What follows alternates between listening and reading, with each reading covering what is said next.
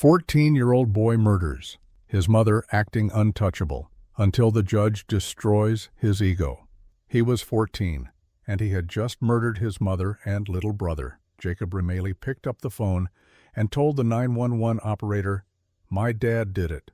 Calm, controlled, smiling. 2 lives ended in their beds while he sat there, acting untouchable, as if the law could never reach him. Every officer who heard that call felt the chill of a boy who thought he was above consequences. Every second he stayed unpunished made the nightmare worse. But the truth was already closing in. One fingerprint, one tiny piece of evidence, enough to shatter his arrogance and bring the full weight of justice crashing down. When the gavel finally fell, that smug smirk would disappear forever. Stories like this remind us that justice always finds its way. If you believe in accountability, subscribe now, and tell us what you think below. This is how it all began. Dana Remeli, a devoted mother in New Stanton, Pennsylvania, spent her mornings preparing her children for school, her nights tucking them in with warmth and love. Her youngest, Caleb, laughed freely, unaware of the darkness brewing in the boy he called his brother. Jacob had been withdrawing, simmering in silence, hiding a storm behind quiet eyes. On that morning, all the safety, all the innocence was gone. 2 lives lost. And the boy who called for help held a secret darker than anyone could imagine. At 14, Jacob Remeli carried himself like a boy who knew the world owed him something. In the early morning light, he moved through his quiet home with a precision that was almost unnatural. His hands were steady, his expression unreadable, as if the enormity of what he had done meant nothing.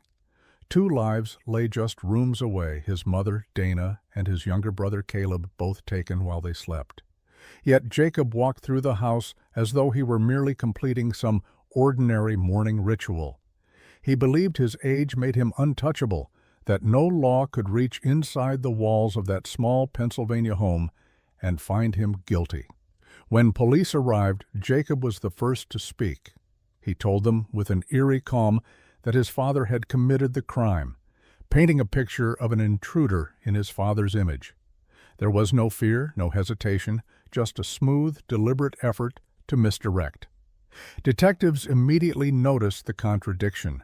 The boy's composure didn't match the terror of a family devastated by murder. His words were carefully chosen, his demeanor unnervingly relaxed. For the officers, it was a moment that would haunt them. Something in his calmness felt like a warning, a glimpse into a mind unbound by conscience. The crime scene told a different story.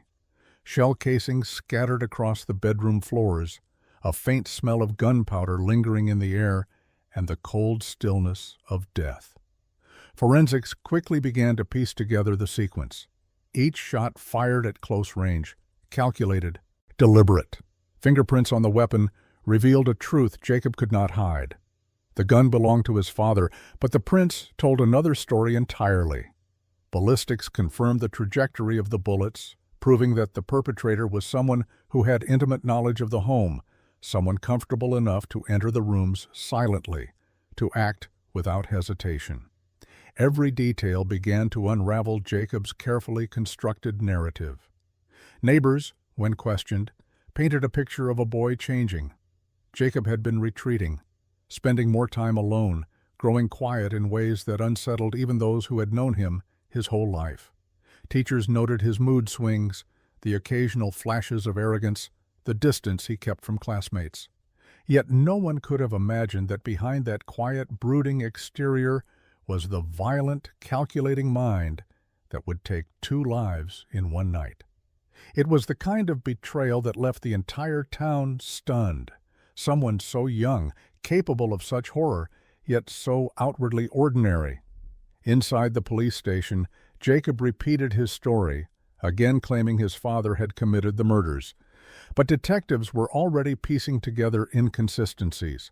The timeline he provided didn't match the ballistic evidence. His recollection of sounds, movements, and positions within the house clashed with the crime scene reconstruction.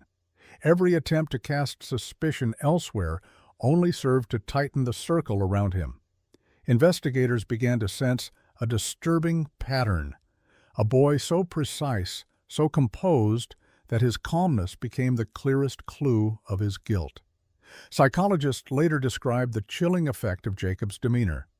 A 14-year-old capable of crafting lies, manipulating adults, and concealing his intent showed signs of deep psychological fragmentation. Defense experts would later testify about multiple personality disorder, describing the violent persona wrath that overtook him. But even then, observers could not ignore the cold arrogance he carried in every glance, every word. He had acted with intent, and in that intent lay a darkness most adults could scarcely comprehend in someone so young. As the sun rose over New Stanton, the ordinary suburban street looked untouched by the horrors inside one house. But the truth was anything but ordinary. The boy who had called the police was the same boy who had committed the unthinkable. And for the first time, investigators realized that the arrogance they had felt on the phone was real.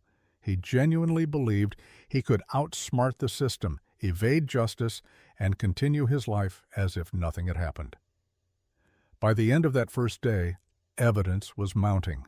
The fingerprints, the ballistics, the contradictions, all pointed to a truth Jacob could not deny. Yet even as detectives prepared to confront him with what they knew, he remained unnervingly calm, a boy untouched by remorse, convinced that he could remain untouchable. In that moment, one thing was certain: this was a crime unlike any other, not just for the brutality of the act, but for the mind that carried it out. The smirk on his face, the composure in his voice, it was clear that the boy thought he was untouchable. But the justice that awaited him would strip away every ounce of that arrogance. Dana Rameli was 46 years old, a mother whose love for her children was boundless. Her life revolved around her family, small routines that created safety and warmth, preparing breakfast, packing lunches, tucking her boys into bed with stories and songs. Friends and neighbors described her as the glue that held her household together, a woman who carried the weight of life with quiet strength. She worked tirelessly, often putting her children's needs before her own, never imagining that the boy she had nurtured was capable of such darkness. Her youngest, Caleb, was 8 years old, full of laughter and light, his innocence untouched by the troubles around him. He trusted the world completely, relying on his mother's guidance, his older brother's companionship, and the quiet rhythms of a home filled with love. Every morning he ran down the stairs, backpack in hand, unaware of the storm quietly building in the boy who was supposed to protect him.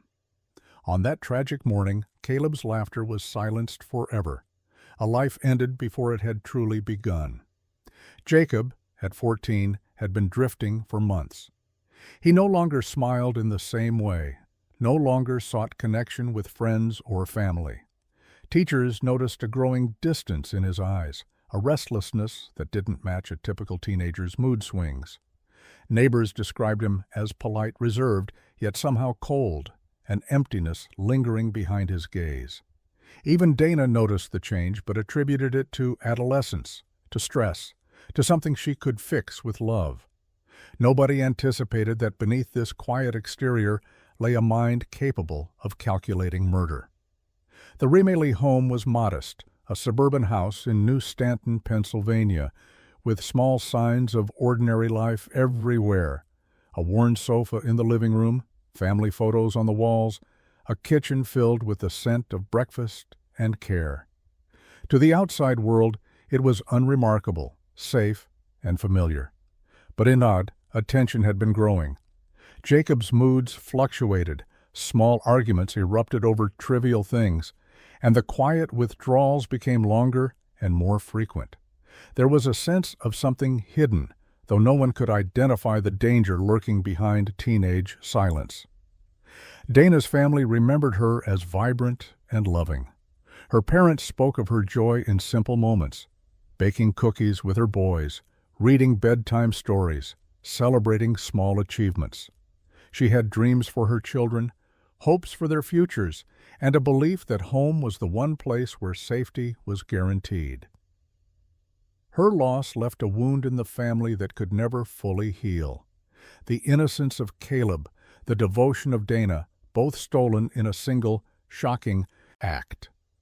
The community's grief was compounded by disbelief.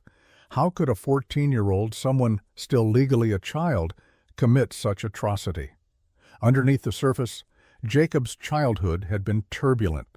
Court records later revealed multiple concussions and minor accidents before age 8, physical incidents that may have contributed to neurological and psychological shifts. Defense experts would later cite these injuries as part of the foundation for his dissociative personality.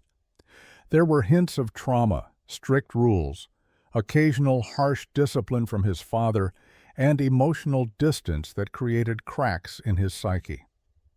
These elements, combined with adolescent rebellion, shaped a boy who could act without empathy, yet remain outwardly composed. Despite these warning signs, nobody foresaw murder. Jacob's parents, teachers, and neighbors saw a troubled child, a teenager retreating into himself, but they could not see the violent intent brewing beneath the surface. On the night of the murders, Dana's home, a place of warmth and love, transformed into a scene of horror. The safety she had built, the routines she had cherished, all dissolved in a single moment. The quiet suburban home, once filled with laughter, now held an unspoken dread. Neighbors who passed the house felt a chill, sensing that the life within was forever altered. Jacob's smirk, his calm, his detachment, already foreshadowed the darkness to come. The innocence of childhood had collided with a calculated malice, and the first seeds of tragedy had already been sown. The stage was set. The house was quiet, eerily so, when first responders arrived that morning. The street outside New Stanton, Pennsylvania, was typical for a sleepy suburb.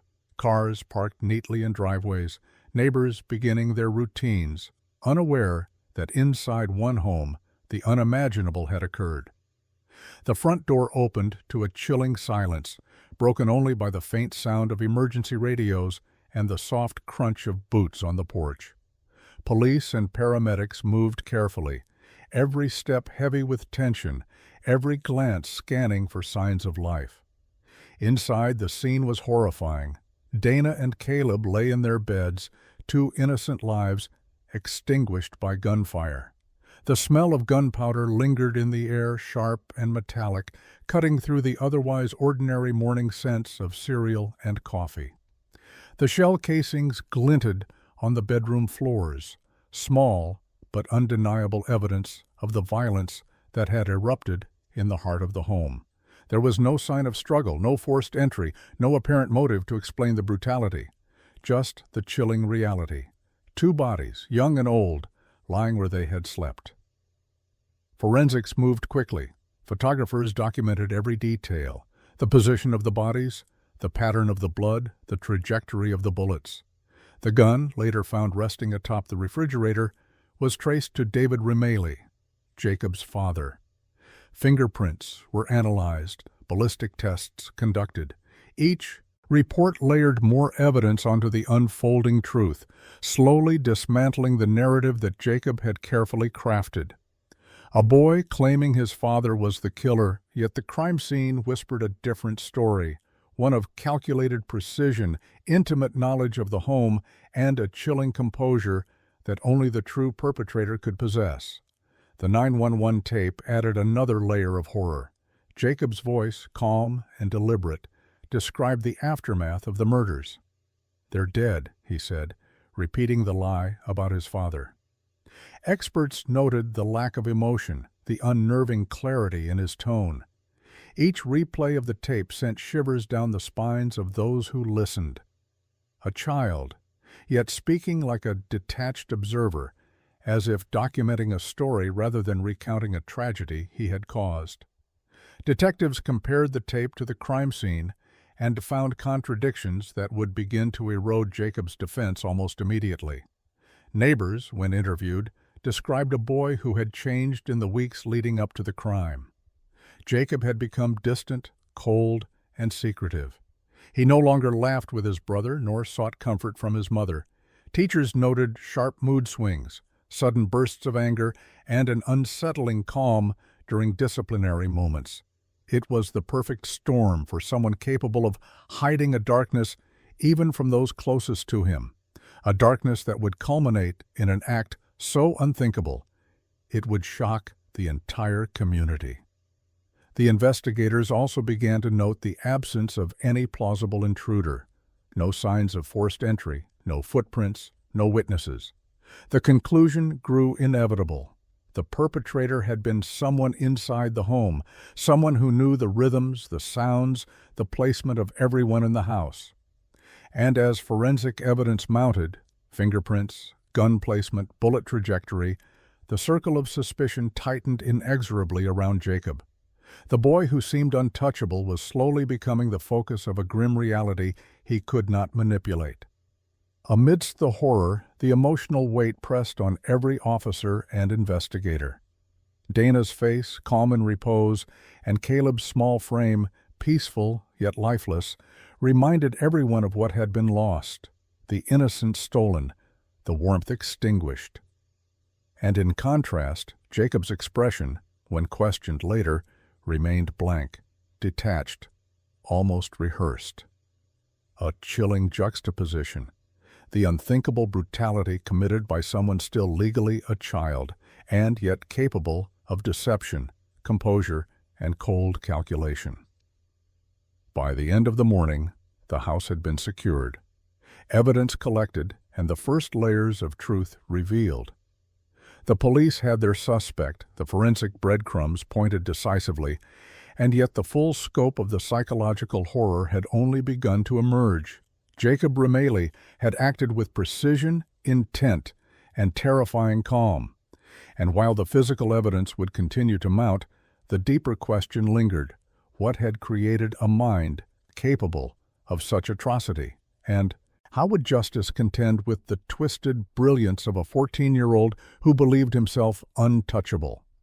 Detectives combed the Remeli home with methodical precision, retracing every step Jacob, or the supposed intruder, had taken. There was no forced entry, no sign of burglary, no footprints on the carpets. Every lock was intact, every window secured. The house told a story that contradicted the boy's version of events. This was not the work of an outsider. Someone inside the home had orchestrated the murders, and the calm voice on the 911 call now carried a sinister weight. Forensic teams focused on the gun first. Ballistics confirmed that the bullets matched David Remeli's firearm. Fingerprints on the weapon indicated careful handling, deliberate placement. Each shell casing, each mark on the gun pointed to a close-range, controlled attack. The scene reconstruction revealed a timeline that could only be consistent with someone intimately familiar with the layout of the house. This was not a spontaneous act. It had the precision of planning, yet the audacity of a child who thought he could manipulate the adults around him. The 911 recording became a critical piece of evidence. Jacob's calm, measured voice unnerved investigators. Unlike most children reporting a crime, there was no trembling, no panic, no pleading. Experts listening to the tape noted the possibility of dissociation, a detachment from emotion, a psychological distance from the violent acts committed. But some detectives couldn't shake the feeling that his poise was not just dissociation, it was arrogance. A boy who believed he could lie, deceive, and escape accountability. Neighbors and friends were interviewed next. They recalled subtle changes in Jacob's behavior. He had withdrawn from his brother, avoided family activities, spent long hours alone in his room. Teachers reported mood swings, occasional aggression, and an unsettling calm during confrontations. These seemingly small changes, combined with family tension and prior trauma, began to form a pattern. Investigators started to see a young mind teetering between ordinary adolescence and something far darker. Psychologists were brought in to assess Jacob. Dr. Alice Applegate, a forensic expert later called to testify, noted the presence of multiple identities within him. Wrath, she explained, was a violent alter personality, distinct from Jacob's normal self. Others existed too: a witch, a little girl, and an older male figure. Each personality had its own voice, its own motivations. According to Applegate, these identities had developed as coping mechanisms for trauma, neglect, and repeated concussions in Jacob's early childhood. Yet, even with this diagnosis, the question remained: which personality had committed the murders, and how responsible could the boy truly be held? David Rimele, Jacob's father, provided additional context. He admitted to occasional harsh discipline, frustration, and a turbulent household dynamic. The history of family stress, combined with Jacob's injuries and emotional withdrawal, created a complicated psychological picture. Investigators needed to determine how much of Jacob's behavior was a product of trauma and how much was deliberate manipulation. They began to see the chilling duality: a boy capable of both calculated violence and convincing deception. By the end of the first week, the forensic evidence was undeniable. Fingerprints, ballistics, and the timeline all pointed toward Jacob. His story about his father was crumbling, yet his calm, arrogant demeanor persisted. The breadcrumb trail was clear. The murders had been committed by someone inside the home, someone who had intimate knowledge of the victim's routines, someone capable of masking fear and guilt with an unsettling poise. Investigators began to see the full picture. Jacob Rimele had acted with intent, precision, and terrifying composure. As the investigation closed in, psychologists whispered about wrath, the violent personality taking control that morning. Yet every officer on the case noticed the same thing. The boy himself, regardless of which personality, had shown no remorse, no panic, only a chilling detachment. The pieces were falling into place. Jacob's arrogance, his careful lies, his calm demeanor, all of it would be critical in the trial to come. And in that realization, investigators understood one undeniable truth: the boy who thought he was untouchable had already set himself on a collision course with justice, a reckoning that would not be avoided. Jacob Rimele was unlike any suspect the investigators had encountered. At 14, he carried himself with a disturbing confidence, a belief that he was untouchable, above the consequences that would terrify most children his age. In interviews, he spoke smoothly, deliberately, as if rehearsing lines for an unseen audience. Every word was calculated, every pause measured. There was no trembling, no guilt, just an unnerving calm that made those around him question the very nature of adolescence. He described wrath, a violent alter personality, with clinical detachment. "Wrath told me to do it," he said, his voice even, his eyes cold. He also spoke of a witch, a little girl, and an old man, distinct personalities that existed inside him, each with its own motivations, memories, and voice. To Jacob, these weren't just thoughts or feelings. They were entities capable of independent action. Yet even as he explained this, there was arrogance in his tone. He presented his crimes almost academically, as if to prove that he was beyond conventional understanding. Counselors noted the physical manifestations of his dissociation. His posture shifted, his voice changed, and his gaze became distant when discussing certain events. Yet moments later, Jacob could snap back to a composed, almost charming boy, deflecting questions and maintaining control. This contrast was chilling. A child, still legally a minor, displaying a maturity in deception and psychological complexity that left investigators unsettled. His ability to switch between personas while maintaining self-interest suggested a mind dangerously attuned to manipulation. Defense psychiatrists emphasized the trauma that had shaped Jacob. multiple concussions before age 8, episodes of physical and verbal discipline, and emotional neglect were all cited as catalysts for the development of his multiple identities. Wrath, they argued, was a coping mechanism that allowed him to navigate unbearable feelings of anger and fear. But prosecutors countered sharply, questioning whether these personalities were genuine or a convenient legal defense. They painted a portrait of a boy who understood the rules of law and human behavior and bent them to his will. Flashbacks from Jacob's early life revealed the building blocks of his rage. Parents' arguments, moments of isolation, and repeated disciplinary incidents left him detached from emotion. He learned to hide feelings, to appear compliant, while nurturing an inner world of resentment. Each memory, each observation created a foundation for the persona that would carry out the murders. Wrath was not just a personality. It was the crystallization of his anger, his desire to dominate, and his belief that he could act without consequence. Jacob's arrogance extended beyond psychological defense. He smirked during interviews, challenged investigators with pointed questions, and seemed almost bored by their scrutiny.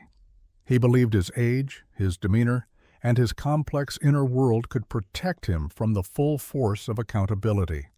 Every carefully constructed lie, every controlled gesture reinforced the sense that he was untouchable. Yet beneath that arrogance lurked a chilling reality. He had already crossed moral and legal lines that few adults could imagine. As the investigation progressed, experts agreed on one undeniable point. Whether through wrath or his own conscious mind, Jacob had acted with intent. The planning, the execution, and the cover story all suggested a level of calculation that defied his age. He stood before the world as a paradox, a boy legally a minor, yet psychologically capable of extraordinary cruelty. The courtroom was tense, the air thick with anticipation. Cameras flashed, reporters murmured, and the judge's gavel commanded silence. 14-year-old Jacob Remaley walked in, tall for his age, composed, and unnervingly calm. His eyes scanned the room, landing briefly on his mother's empty chair, then shifting to the jury box. There was no hesitation, no shame, only a smirk that made spectators recoil. He carried himself like a boy who believed the courtroom itself was a stage, and he was untouchable. The prosecutor's voice cut through the silence, recounting the unthinkable, 2 innocent lives taken in their beds.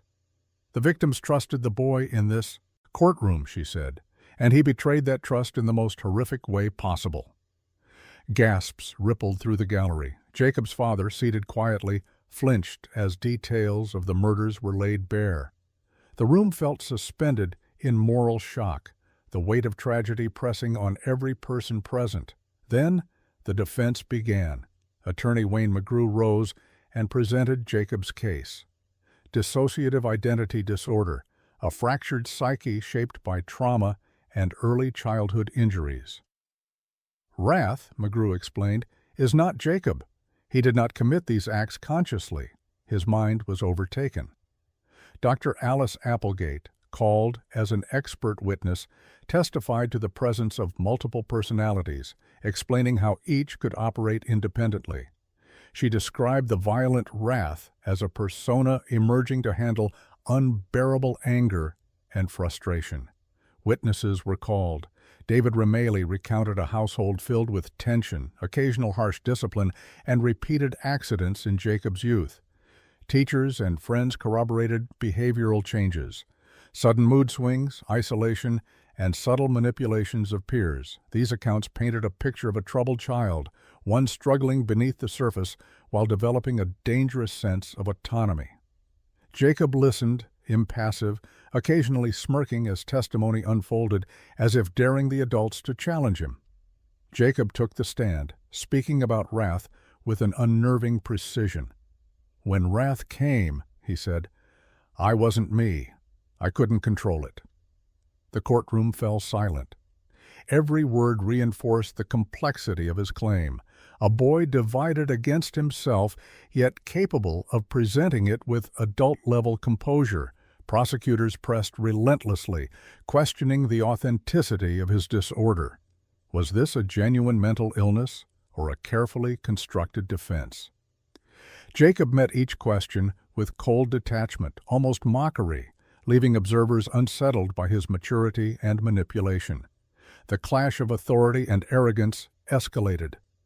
Prosecutors presented the 911 call, emphasizing Jacob's calm, deliberate tone as evidence of his awareness.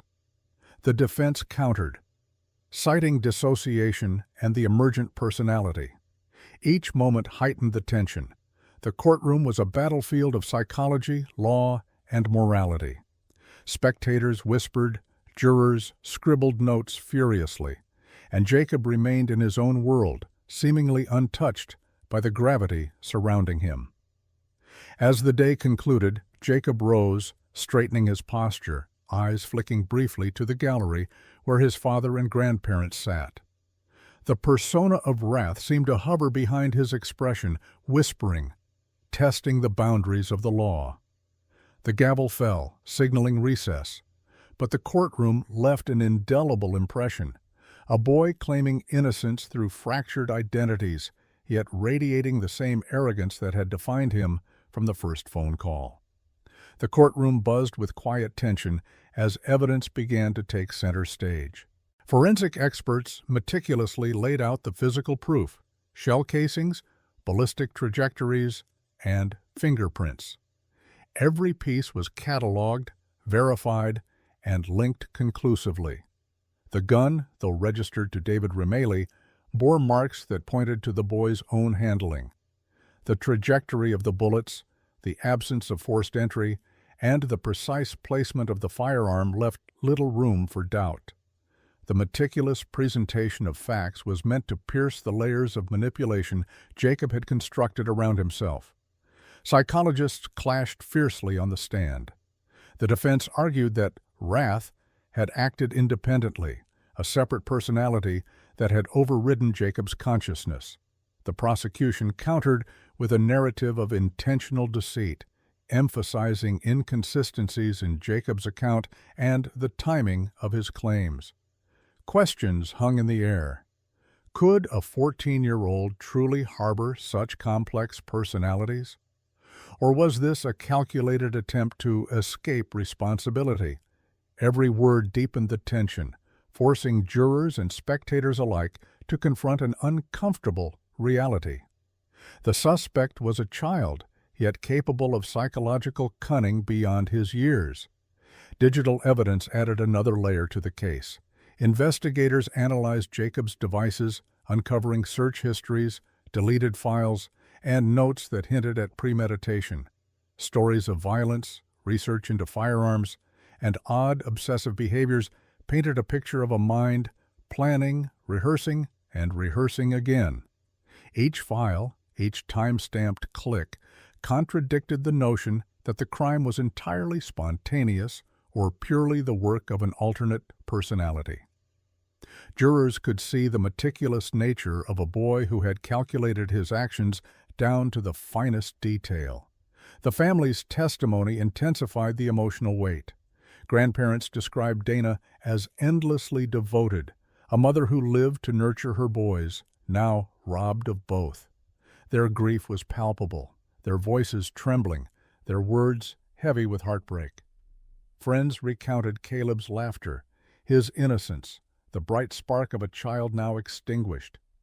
These statements weren't just testimony, they were emotional anchors, pulling the courtroom toward empathy and moral outrage, emphasizing what had been lost and what the defendant had taken.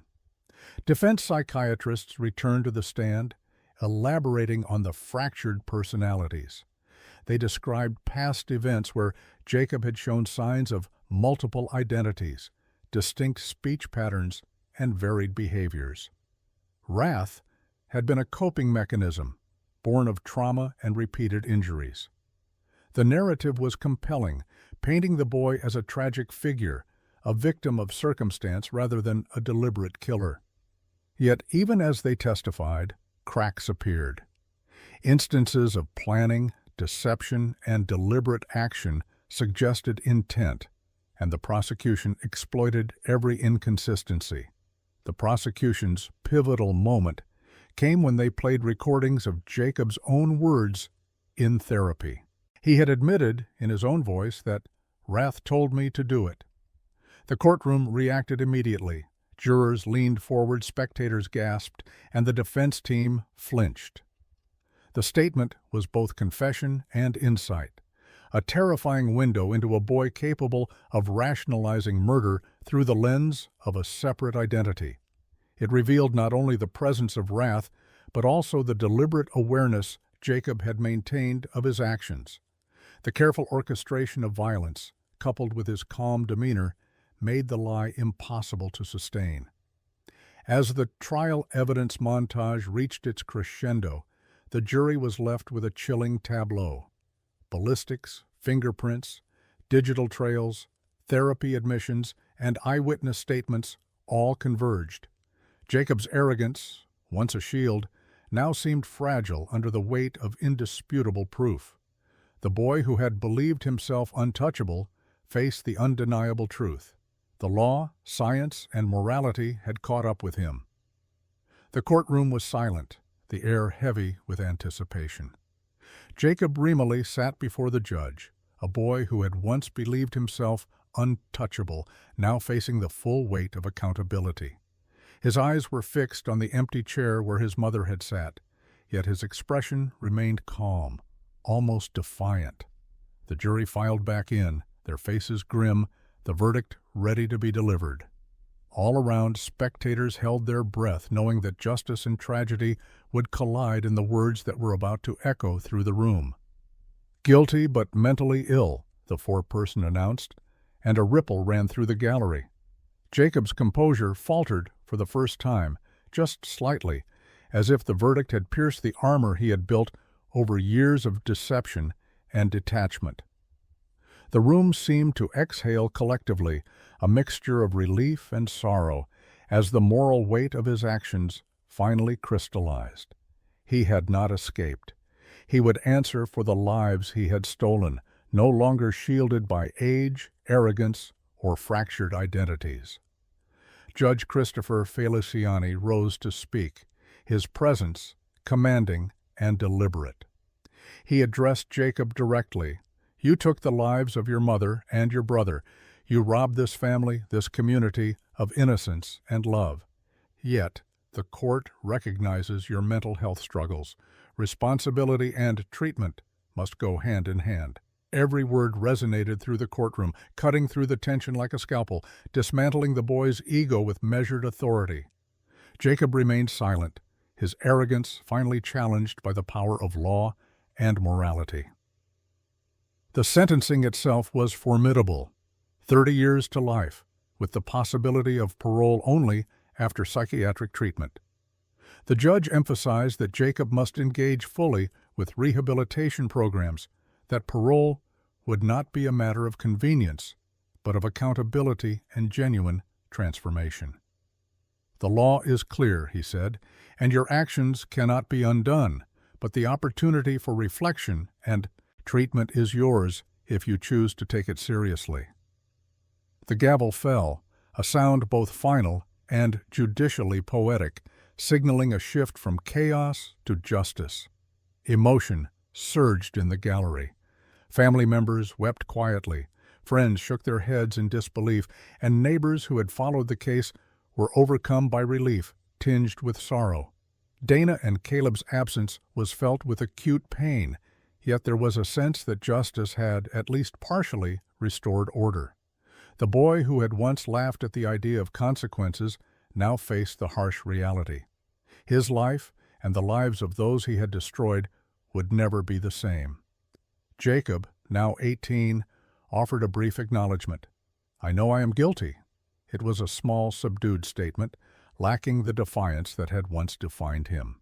Whether it reflected genuine remorse or the quiet weight of understanding his inescapable fate remained unclear. The courtroom watched, the collective tension easing as the truth, accountability, and consequence converged.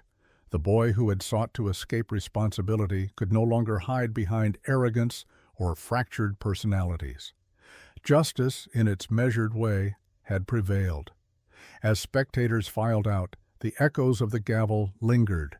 Dana's parents stood together, holding hands, grief tempered by the knowledge that the law had acknowledged the weight of their loss. Caleb's memory was honored in silence, in the testimonies, and in the judicial reckoning that had been demanded for years. Jacob's smirk, once emblematic of his untouchable belief, had disappeared, replaced by a quiet, haunting reminder: no one, not even a 14-year-old, can outrun accountability. The story concluded with a stark moral resonance.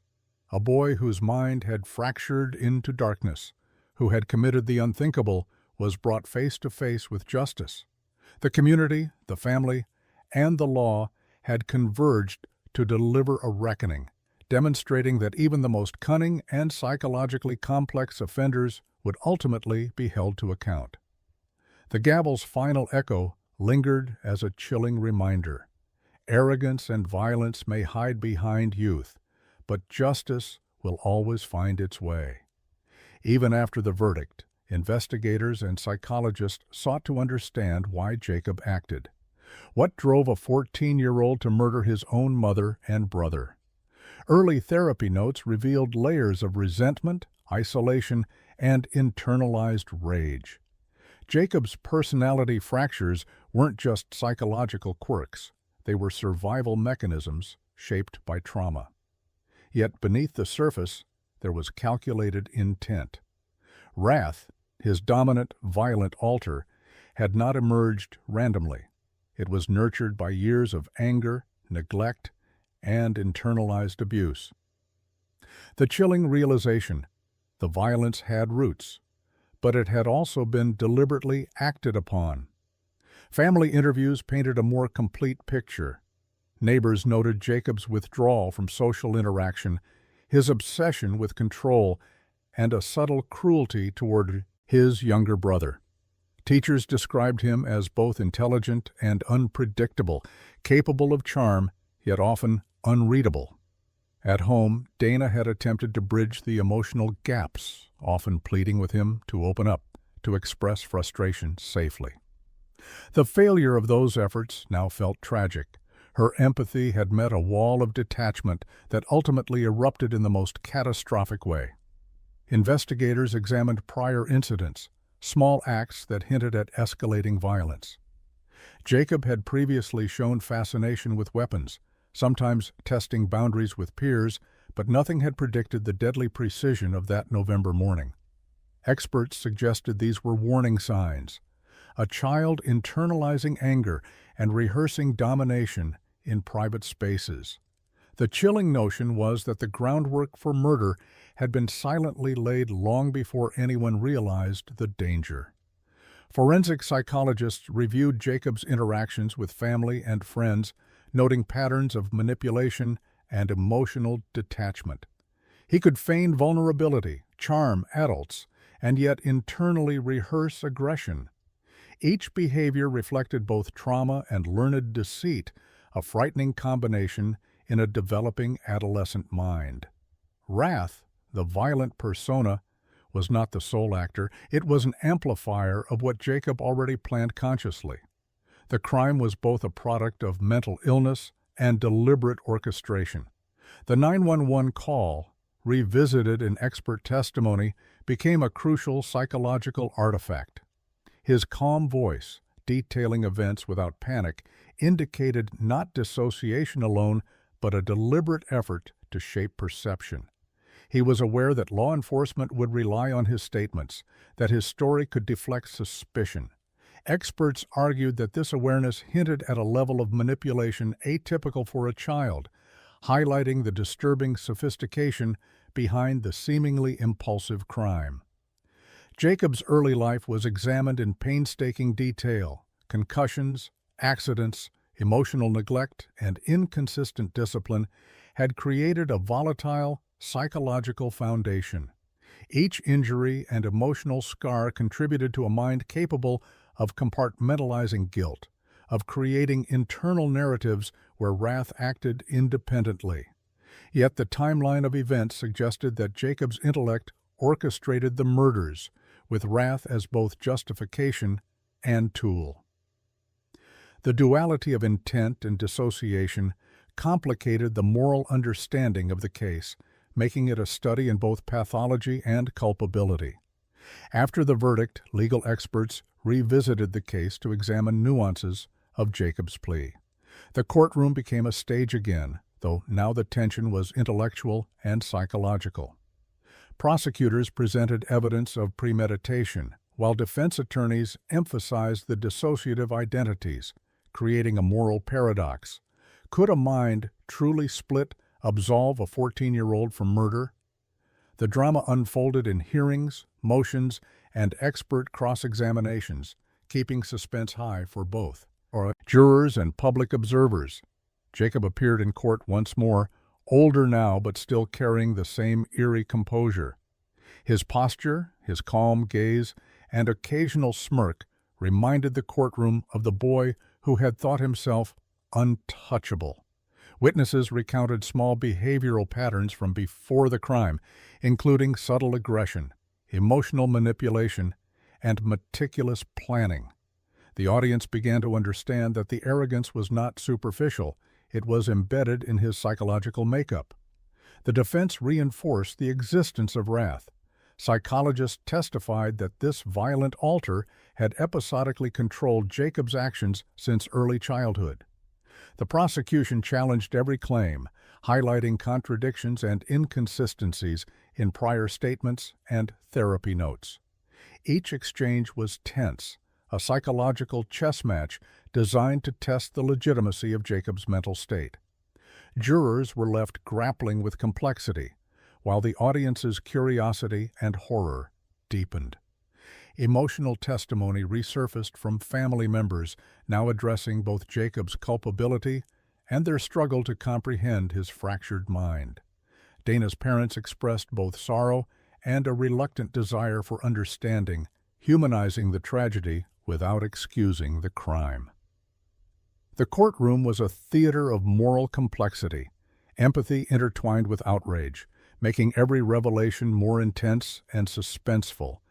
Digital records were revisited, showing pre-crime planning, searches, and digital footprints. These files contradicted the defense's narrative of an uncontrolled wrath. Experts explained that while dissociation might have played a role, conscious planning had occurred, highlighting the duality that made the case so compelling and terrifying. The tension in the room was palpable as every piece of evidence challenged the boundaries between illness and intent. By the end of these proceedings, the courtroom had become a microcosm of human psychology, morality, and law. Every witness, every expert, every piece of evidence contributed to a portrait of a boy both victim and perpetrator.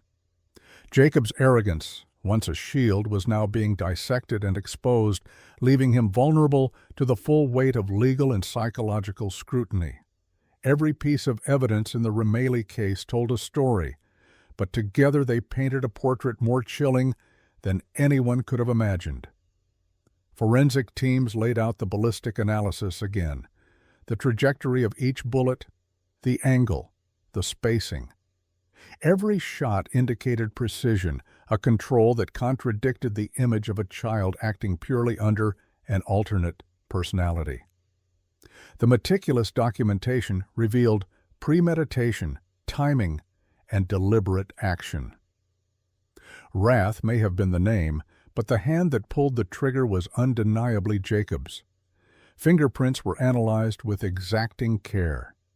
Jacob's prints were found on the firearm, on nearby surfaces, and on a note he had allegedly prepared in the days before the murders. The gun had been cleaned and returned to a visible spot, seemingly to mislead investigators, yet forensic analysis exposed subtle smudges and residue indicating hurried concealment. Each discovery chipped away at the narrative of dissociative detachment, replacing it with the reality of intent and conscious planning. Digital forensics added another layer of revelation. Jacob's devices revealed searches about firearms, violence, and even prior criminal cases. Deleted text messages hinted at a fascination with control and secrecy. Experts explained that while a dissociative identity may act impulsively, deliberate planning and digital research reflected consciousness and calculation. The courtroom felt the weight of each click, each keystroke, each deleted file, a haunting echo of a mind rehearsing acts that would devastate a family. Witnesses were called again to testify about Jacob's behavior in the days leading up to the murders. Teachers spoke of a boy distant, argumentative, and meticulous in avoiding suspicion. Friends described cryptic statements, a growing sense of superiority, and the quiet thrill of defiance. Even casual acquaintances noted a strange calm in Jacob, a dissonance between age and demeanor that unnerved adults. The psychological portrait emerging was of a boy both childlike and frighteningly manipulative, straddling innocence and menace. Psychological experts clashed on the interpretation of these findings. The defense insisted that Rath orchestrated the violence, that Jacob was a vessel rather than an actor. The prosecution countered, pointing to planning, deliberate deception, and knowledge of consequences. Each argument was layered, precise, and piercing, challenging jurors and spectators to consider the uncomfortable intersection of mental illness and culpability. Suspense built as the audience was forced to confront their own judgments. Could a child's fractured mind ever be held fully accountable? Family testimony added a human dimension to the forensic narrative. Dana's parents spoke of ordinary moments, a bedtime routine, a birthday, a quiet conversation that now felt impossibly distant. Caleb's absence was palpable, and the boy's innocence was forever frozen in tragedy. These moments contrasted sharply with the cold precision revealed in evidence, making Jacob's actions all the more horrifying. The jury and courtroom could see both the human cost and the calculated nature of the crime simultaneously. By the end of the day, the evidence was overwhelming. Each layer, ballistics, fingerprints, digital activity, behavioral patterns, constructed a damning picture. Jacob's claim of dissociation could not erase the proof that he had acted with awareness, control, and deliberate planning. Wrath may have existed, but the hand, mind, and intent belonged to Jacob. The courtroom emptied, leaving only the jurors, their expressions taut with the weight of responsibility.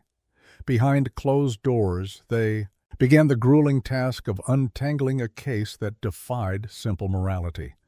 A 14-year-old had taken the lives of his mother and brother, yet argued he had not acted consciously. Every piece of evidence, every testimony, every expert analysis was dissected and debated. The room was thick with tension, the silence punctuated only by the soft scratching of pens on paper and whispered deliberations. Jurors argued fiercely. Some focused on the forensic evidence, the fingerprints, the ballistic reports, the digital records. These pieces spoke of deliberate action, planning, and control. Others were swayed by the testimony about Jacob's dissociative identity disorder. The psychological fractures that defense experts argued had overridden his capacity to act with full intent. The debate was not just legal. It was moral, ethical, and profoundly human. Could a child with a fractured mind bear full responsibility for such calculated violence? Outside the jury room, the atmosphere was charged. Families of the victims, reporters, and community members waited anxiously. Everyone had their theories, their judgments, their questions. Would the boy escape true accountability? Could wrath serve as a shield? Or was justice inevitable, cold, and unyielding? The tension rippled through the courthouse, amplifying every heartbeat, every whisper, every footstep. Inside the jury room, conflicting emotions surfaced. Anger at the cruelty of the crime wrestled with empathy for a mentally ill child. Shock and disbelief competed with a desire for moral clarity. Some jurors struggled with the idea of sentencing someone so young to a life behind bars, even as the evidence screamed culpability. Each argument, each vote, brought them closer to a decision, yet the weight of history, precedent, and conscience loomed like a shadow over their deliberations. Meanwhile, Jacob awaited the verdict outside the courtroom. His calm demeanor remained intact, though subtle cracks appeared. For the first time, uncertainty flickered across his face. He had faced questions, expert testimony, and moral scrutiny, yet he could not control the process any longer. The arrogance that had once insulated him from consequence now teetered on the edge of collapse. Each passing minute brought him closer to the reckoning he had long avoided. As hours stretched into an agonizing wait, the micro-cliffhanger intensified. Each juror's note, each whispered debate, could tip the balance between life, accountability, and justice. The courtroom staff, attorneys, and observers sensed the gravity, knowing that the moment of truth was about to arrive. Suspense hung in the air like a dense fog, the audience fully invested in the outcome of a boy who had seemed untouchable, now at the mercy of human judgment. Finally, the door opened. The foreperson stood, papers in hand, voice steady, but waited. The jury had reached a decision. The anticipation in the gallery was nearly unbearable. In that pause, the collective tension of months, investigation, trial, evidence, and psychological unraveling condensed into a single moment. The boy who had acted with cold precision, who had smirked at authority, who had hidden behind wrath, was about to face the judgment that would dismantle his arrogance completely. The gavel had yet to fall, but justice was ready to speak. The courtroom fell silent as Jacob was called back to face the jury. Every eye was fixed on him, every heartbeat echoing in the tense stillness. He walked slowly, unnervingly composed, as though the trial had been nothing more than a rehearsal for this moment. Spectators, family members, and media held their breath, waiting for the foreperson to announce the verdict that would decide the fate of a boy who had taken 2 lives and tried to hide behind the fractured personas of his own mind. The foreperson's voice cut through the silence, measured but final. "We, the jury, find the defendant guilty but mentally ill."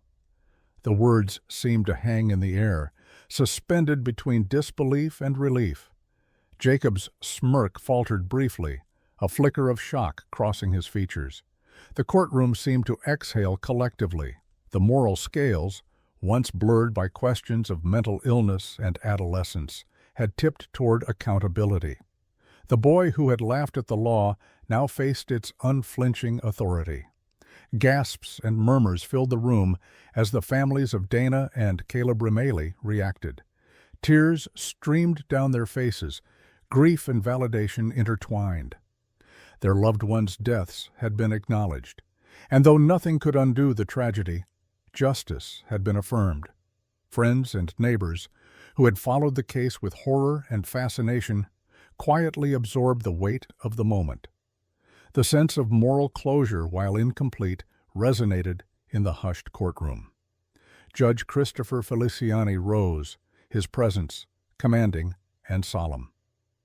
"Jacob Remaley," he began, voice steady, "your actions have caused unimaginable loss. You have taken lives and shattered a family. While the court recognizes your mental health challenges, this does not absolve you of responsibility.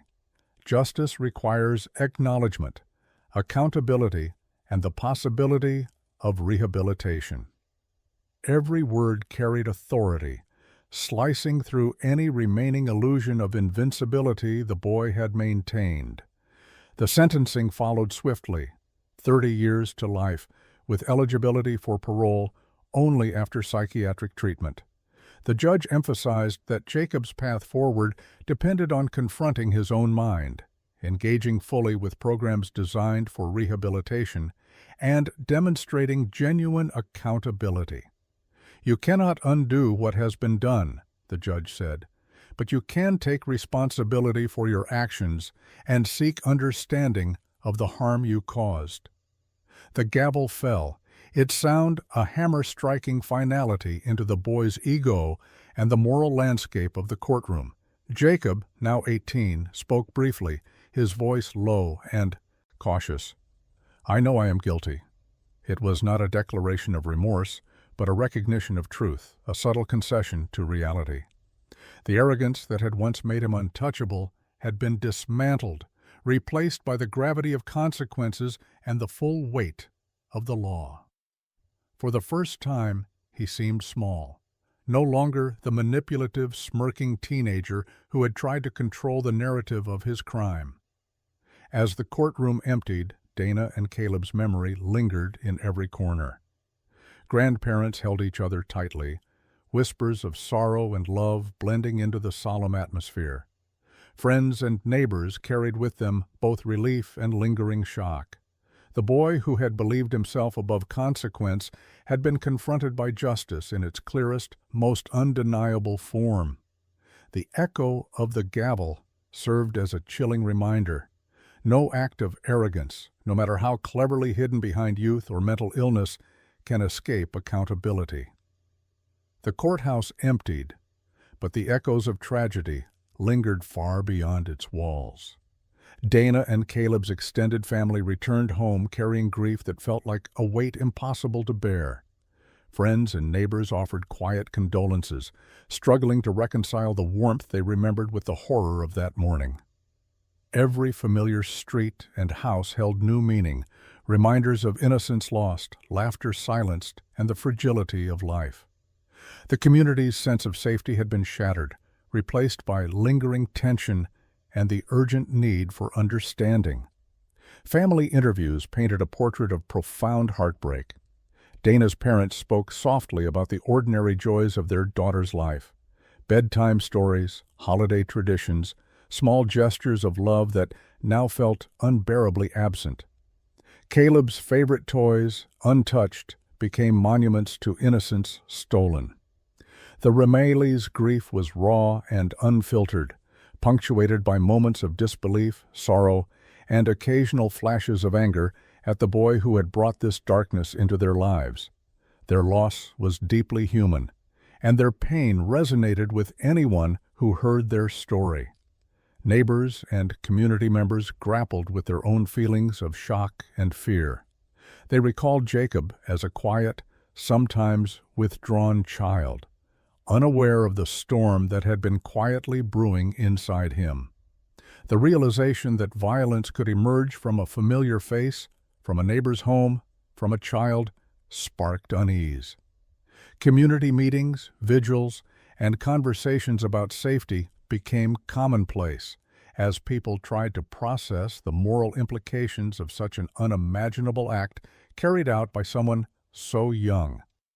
Experts reflected on Jacob's case, exploring the intersection of mental illness, trauma, and criminal responsibility. Psychologists explained how dissociative identity disorder could create alternate personas like wrath, capable of controlling behavior and emotion, yet the forensic evidence suggested intent and awareness that could not be ignored. This duality fueled debate. How much responsibility lies with a fractured mind, and how much with the conscious actor? Society, confronted with this question, was left unsettled, pondering the balance between treatment, punishment, and moral accountability. Jacob's path forward remained uncertain. Prison and psychiatric programs would dictate his future, but the public and the family wondered whether wrath would ever be fully confronted. Would rehabilitation temper the violent personality, or would the fractured psyche continue to fester? The ambiguity of his future added a lingering unease. Even after sentencing, the case remained psychologically and morally complex. The boy who had once seemed untouchable now faced a life structured by law, therapy, and consequence. But the mind behind the actions remained enigmatic. Media coverage lingered, revisiting the chilling 911 call, courtroom moments, and expert testimony. Each retelling sparked discussions about mental health, juvenile crime, and the capacity for accountability in young offenders. Debates flared over the legitimacy of Jacob's dissociative claims, the appropriateness of adult sentencing for teenagers, and the role of forensic science in uncovering hidden truths. The story became more than a tragedy. It became a case study in morality, psychology, and justice. The courtroom was empty, yet the story of Jacob Remeli had left its mark on everyone who had followed it. Months of testimony, evidence, and psychological analysis had culminated in a sentence that was both severe and measured: 30 years to life, with the possibility of parole only after psychiatric treatment. Justice, in its slow and deliberate form, had finally asserted itself, dismantling the boy's arrogance and holding him accountable for taking 2 innocent lives. The moral lesson was clear.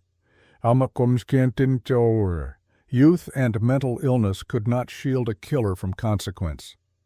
Jacob's face, once smug and untouchable, now carried a weight he could not escape. The courtroom gavel had ended his immediate freedom, but it also shattered the illusion of control he had so carefully maintained. For the first time, he confronted the reality of the lives he had destroyed, the family he had traumatized, and the community that had watched in horror. His confession, however brief, acknowledged the truth. "I know I am guilty." Those words, simple yet profound, crystallized the moral and legal closure of a case that had captivated the nation. Outside the courthouse, the community wrestled with complex emotions: relief mingled with sorrow, justice intertwined with grief. Dana and Caleb's absence was a void that could never be filled, yet the verdict offered recognition, validation, and accountability. Friends, neighbors, and families reflected on the fragility of trust, the vulnerability of childhood, and the responsibility of society to protect innocence while balancing empathy for fractured minds.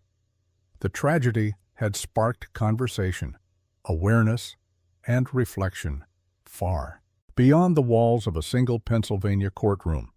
Psychologists and legal experts weighed in on the lasting implications of the case. Jacob's DID diagnosis had complicated the narrative, but forensic evidence and his own admissions underscored deliberate responsibility. Wrath had not been a scapegoat, but an element of a mind shaped by trauma, yet still capable of conscious violence. The tension between mental illness and legal accountability became a defining lesson, forcing society to confront uncomfortable questions. How do we reconcile compassion with justice? How do we treat a mind that is both victim and perpetrator? Family members, still grieving, found a measure of solace in the recognition of their loss and the acknowledgement of truth. Dana's parents spoke of love and heartbreak, of memories that would endure beyond the pain. Caleb's absence, forever etched in their hearts, became a reminder of both innocence and the consequences of hidden rage. Their journey toward healing was only beginning, but the sentence provided a structure for closure, a societal affirmation that the wrongs inflicted upon them were being addressed. Jacob's future, confined by prison walls and psychiatric programs, was a complex one. Rehabilitation offered hope, but the fractured psyche remained a challenge.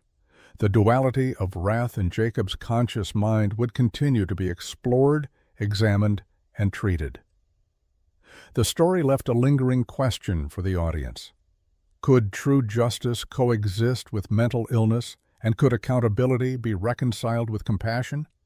The uncertainty added depth to the resolution, making the narrative resonate long after the final gavel had fallen.